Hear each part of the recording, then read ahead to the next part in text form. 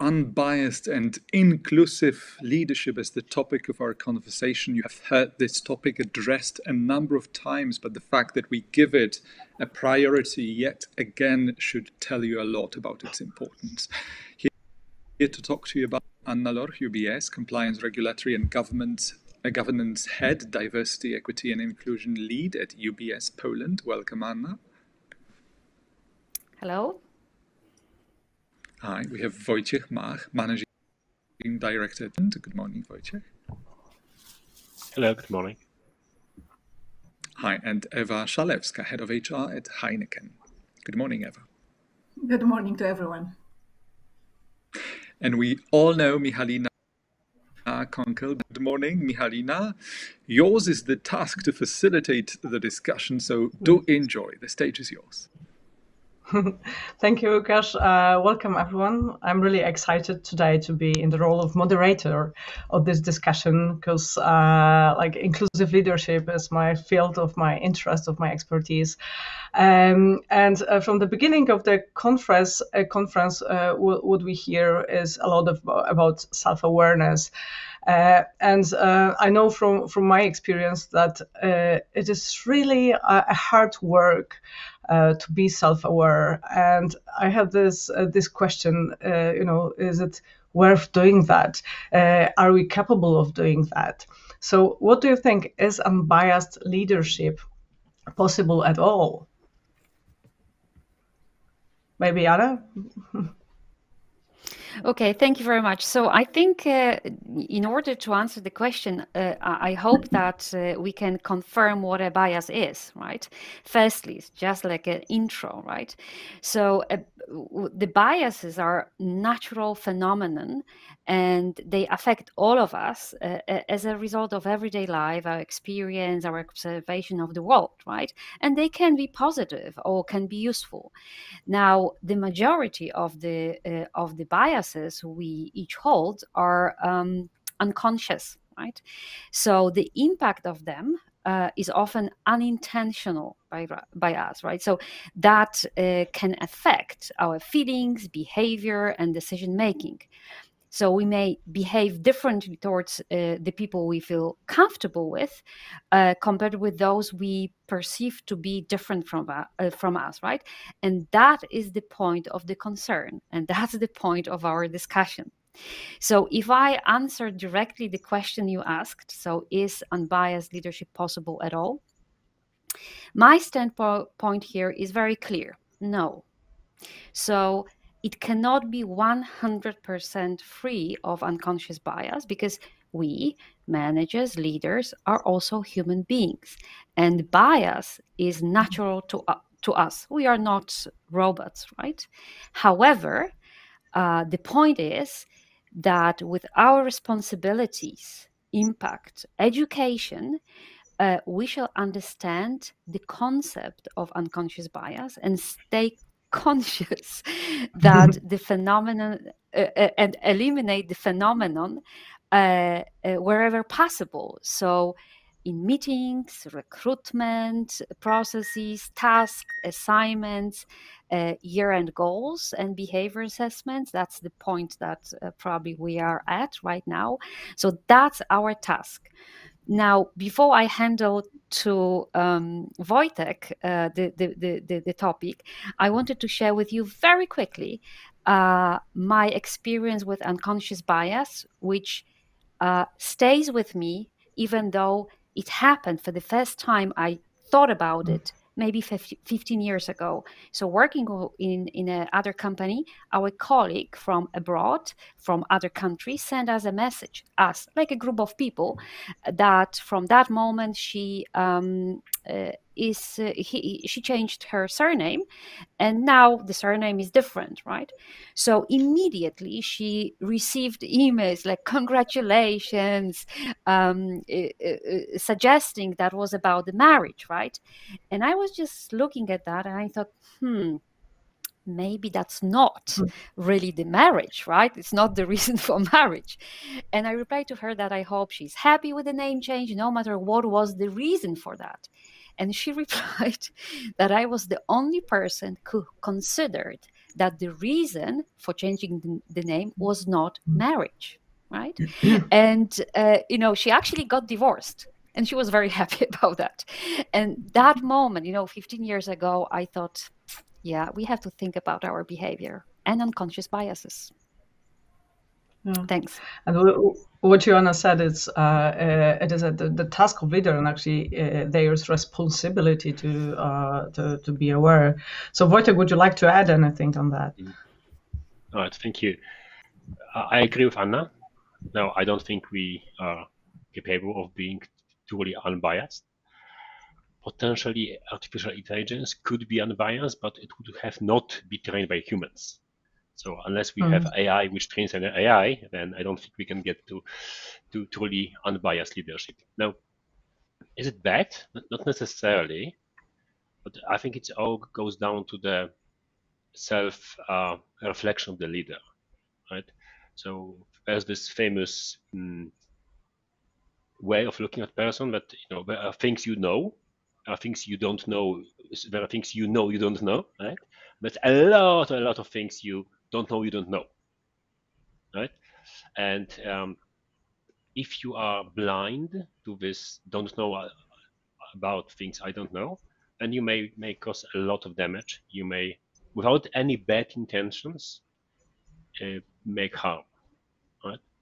However, if you are aware that there are things you don't know, that you are not a perfect human being, that you have flaws, you have missed some learnings in life, but you are open to feedback, that makes you much more sensitive, much more open to things you don't know. You are more careful, like Anna was in her brilliant example.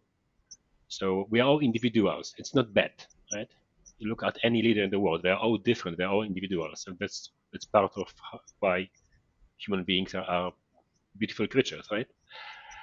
But very important for every leader, it doesn't matter what level you are at, you need to be open to feedback, and you need to find a way to get the feedback from your teams, right? It's not easy.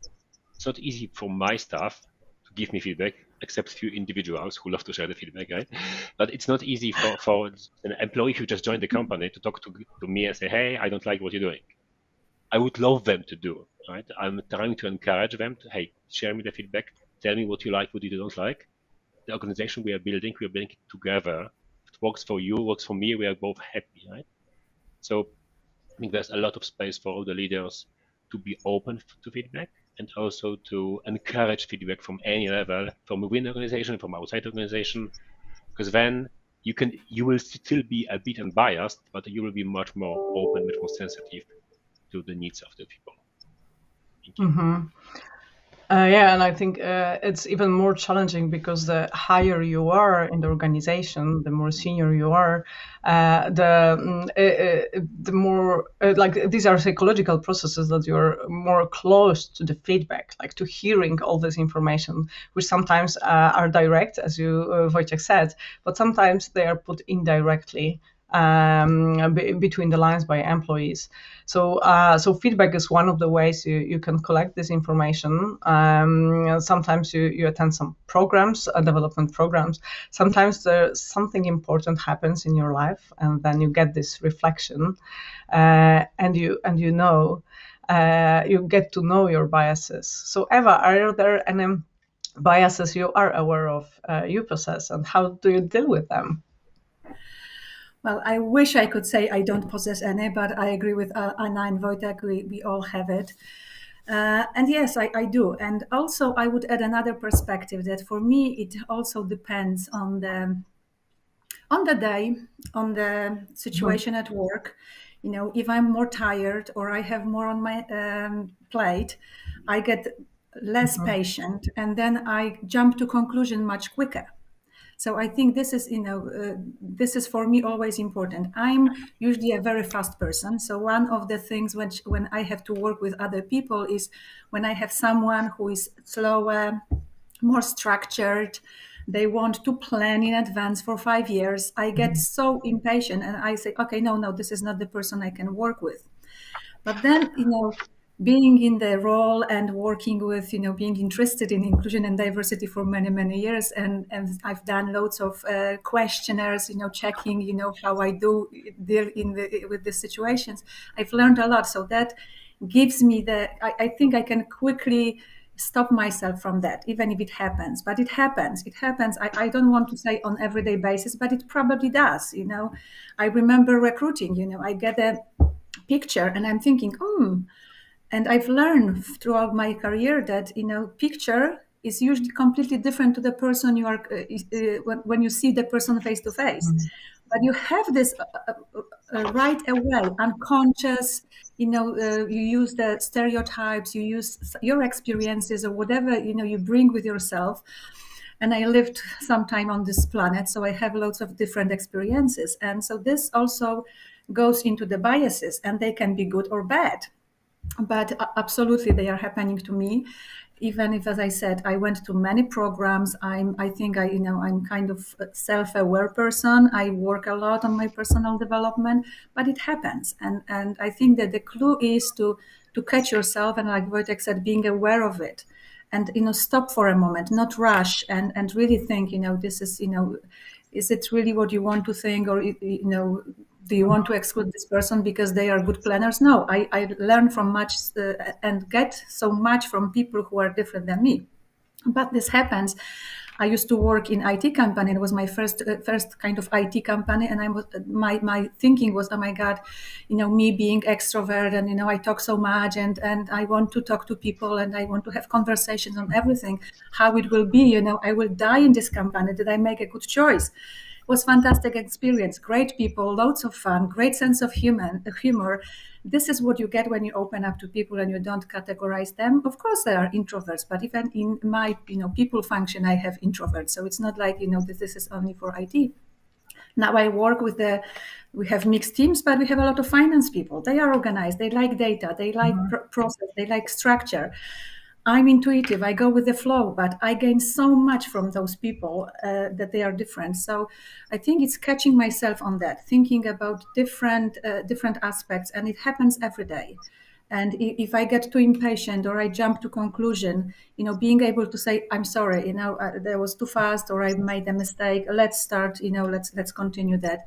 So being aware, getting feedback. I love that. I'm like with Wojciech said, I would love all of the people telling me straight to face what they think. I know it's different when you are higher in the hierarchy. But also, being open to people and ask those questions. I think this is very important. Asking questions, talking to those who trust and who are brave enough to tell you what they really think about different things, and that really helps me. So that's why I overcome it. I also listen to people, because I've had situations that even in my team, when I remember this year, I said something to the team, and half of the team was so upset, and half of the team didn't notice anything. And it was, this experience is probably we could have plenty of. And this comes from our backgrounds, our thinking, our stereotypes we have in our heads. It's just the ability to be open and really want, being able to be also vulnerable, show yourself, and, show that, okay, I maybe said something, I used the wrong word, I judged people wrongly, and open up about that. So that's my dealing, asking, listening, but also admitting that I did something not right. Yeah, I believe what I'm hearing, you mentioned three very important aspects. First of all, that these biases are more present when you are tired. Yeah, when we are tired. I heard lately a very interesting abbreviation that they are working. They are, how to say it, activated when you are halt, when you are hungry, angry, lonely, or tired. And I believe like many leaders actually can be in this situation when we are working so much. Like I'm being hungry quite often, to be honest, being lonely with these decisions which you are about to make. Yeah, the higher you are, the more lonely you feel. So it's not only about self-reflective, but also about taking care of yourself to feel comfortable enough to have the space for self-reflection. So how to encourage leaders actually to do that? What can we do about that? Who of you would like to share? I would be happy to. I think, if we ask ourselves why, I suppose that would be easy to answer for us because we are in the topic and we understand the topic. It's obvious, right? Diverse teams. So if you take everybody into consideration, bring innovation and progress, right? On the other hand, if that's not sufficient, being diverse means being inclusive, so being fair, so being human being, right? Fantastic. But I do hear that people do not really look into that very much, right? Being fair, right? But I think, the point is that despite our beliefs, unconscious biases, if you take it egoistically, let's think about the first element that I mentioned. The diverse teams bring innovation and progress. Innovation and progress is success, right? So why don't we be successful? Be egoistical, be successful, have the teams diverse, accept people, listen to them. If not for them, because we don't care, for example, it's for us, right? So that's also my message to those that really are not convinced with, being fair to others. However, I did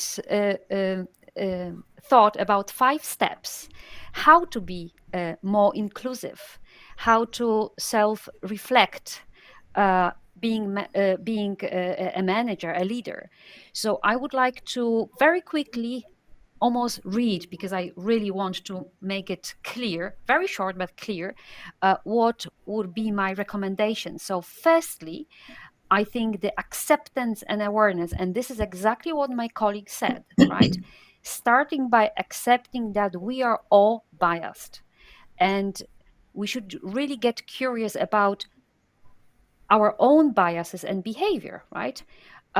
So we should also consider our emotional responses to others from a non-judgmental standpoint.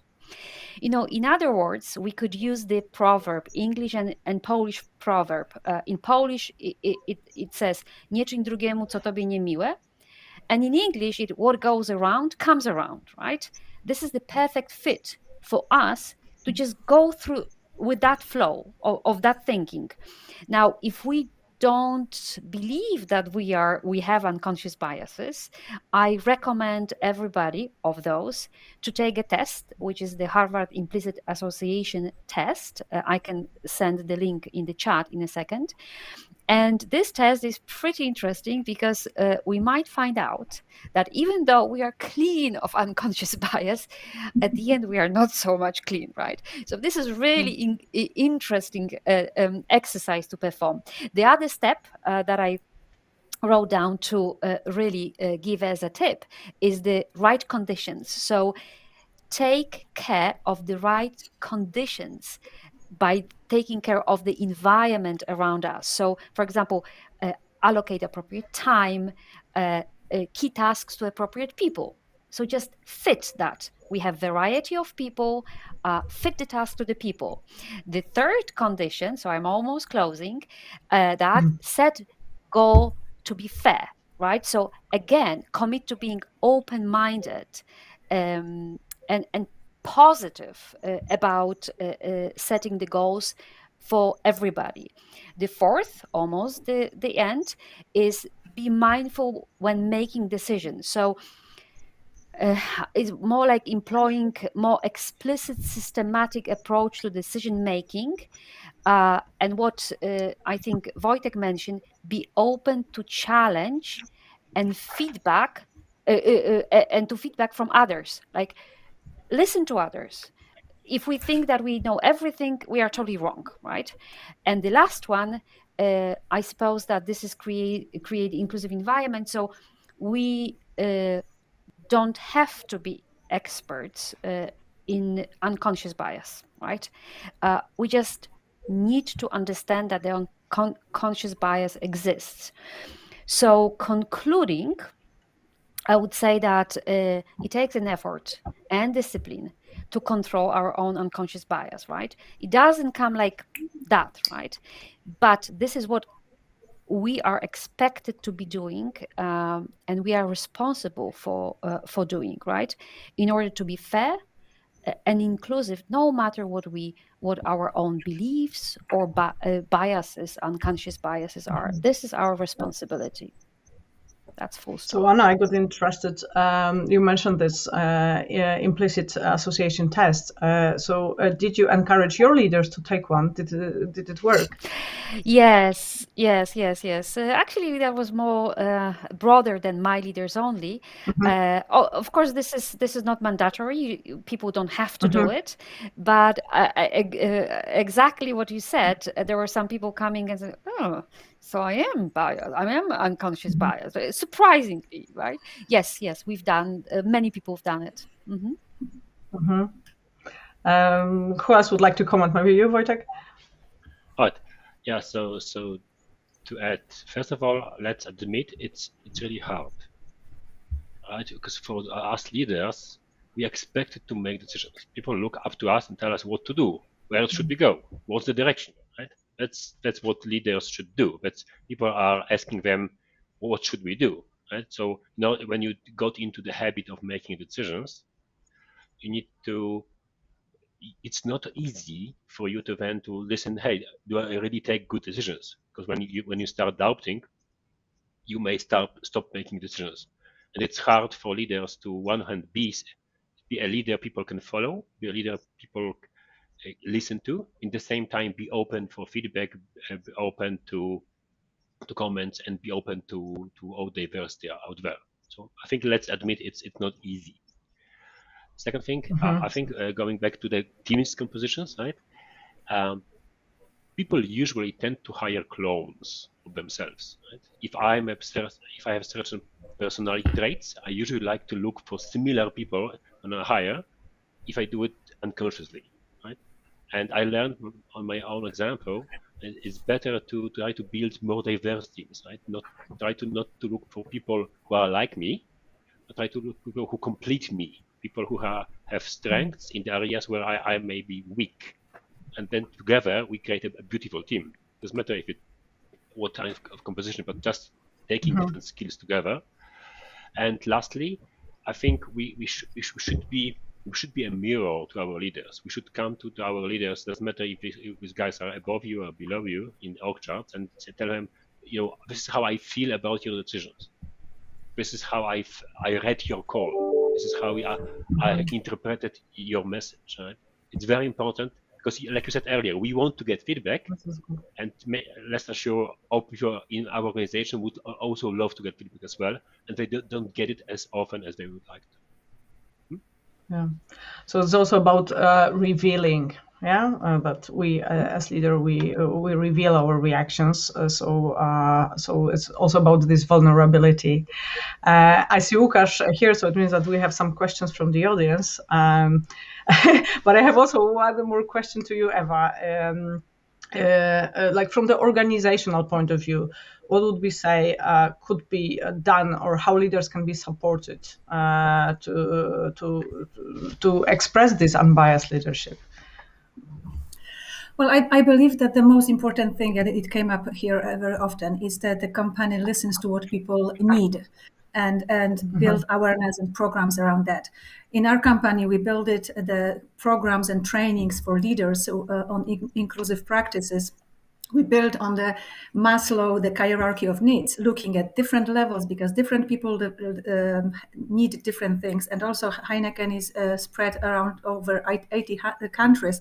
So we have different needs in Poland, different needs in Netherlands. But even if it's different for us here in Kraków and in another, it's for Grupa Żywiec when they have production and sales, we need different things. But I think building awareness, listening to people, getting feedback, and really training people, not only, proper workshops and trainings, but having those open conversations, having different situations when people can share their ideas. We talk a lot here about, this ERG groups, ambassadors, IND ambassadors. We do have them as well, and I think this really works well, because when you engage people from different levels and they are kind of running the topic and they are leading the discussion, that also opens up different levels of the organizations. We as leaders have to walk the talk, as Wojciech said. I believe that strongly. We have to learn, and from the top we have to also show people that we care about that we care about the topics. That's why when we introduce those inclusive practices trainings or unbiased unconscious bias trainings, everybody was participating from the top to the lower levels of leaders, just for all of us to understand where we stand, what can we do, and how we can improve.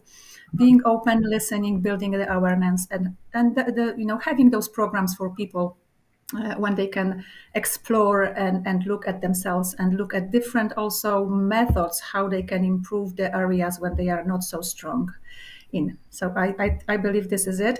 This also happens, we need to help leaders.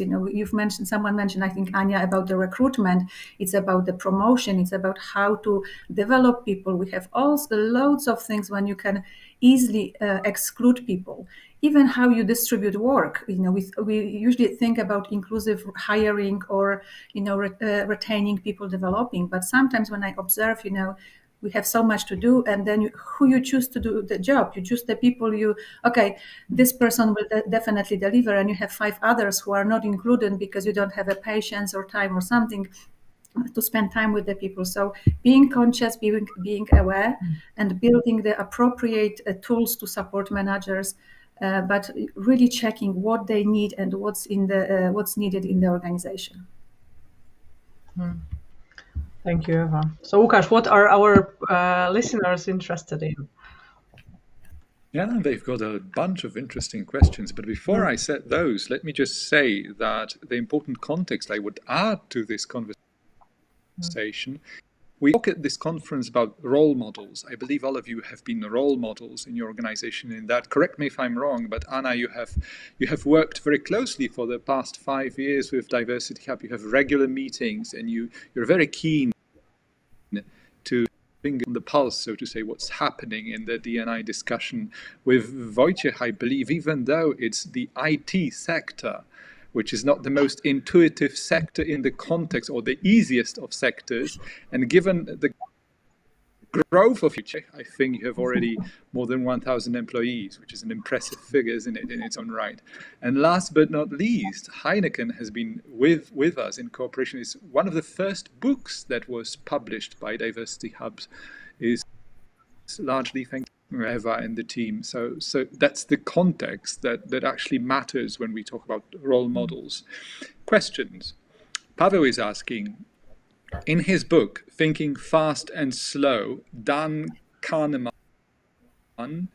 points out to the research that shows that even if we are conscious of our bias, we are still slaves to it. Any advice how to address this phenomenon? And another question from Antoni. What shall we do with leaders performing well, but they are far away from being inclusive? Anyone? It's a good book. It's a good author also. I think is that the answer to the question, or merely a book review? No, that's a comment. If it's okay with you. And what I want to say is, I think what we said earlier, all of us, that we should try to be cautious. We should try to be aware. But we are people. We come with huge baggage of our childhood traumas, and then teenager years, and then the careers and education and so on. So we should try, and there's no excuse for not trying. But that would be, especially in the halt situation, as Miśka mentioned, right? We will be still prone, like every human being, to make some biased decisions. It's like the same way you would love to have this late night snack, right? It's not good for you. It's not healthy. It will not do you any good. But when it's late night, you're tired, you will be tempted to get this unhealthy thing from the fridge. Because this is how we are, I think. Fair enough. We have 2 more questions, in fact, but next to no time to address them, but still I would like to read them out. Tomasz is asking, should D&I competencies be verified and how? Already advancing someone to a managerial role. And the last question, hopefully an easier one from Jovita, should we not focus more on other levels, not only on leaders, managers, when increasing biases? I'm sure we'll all agree the answer to that one is yes. Absolutely. All levels, everyone. Michalina, any closing remark from you before we move on? My closing remark, I'm thinking that, yeah, we are still humans, as we all said, and biases will influence us. So I believe it's not only our responsibility to observe and overcome them, but also organizations should support us in kind of like processes or even small procedures, like small checklists, which can help us to make decisions which are less biased than they would. So thank you very much. Thank you, everyone, for sharing. Michalina, Anna, Wojciech, Eva, thank you so much. Have a good day. Thank you. Thank you very much. Thank you. Bye-bye. Have a good day. Bye. Our next area of discussion is the Mental Health Helpline, a very interesting project, the issues it has faced over time and addressed so far. And it's enjoyed the conversation because I certainly did.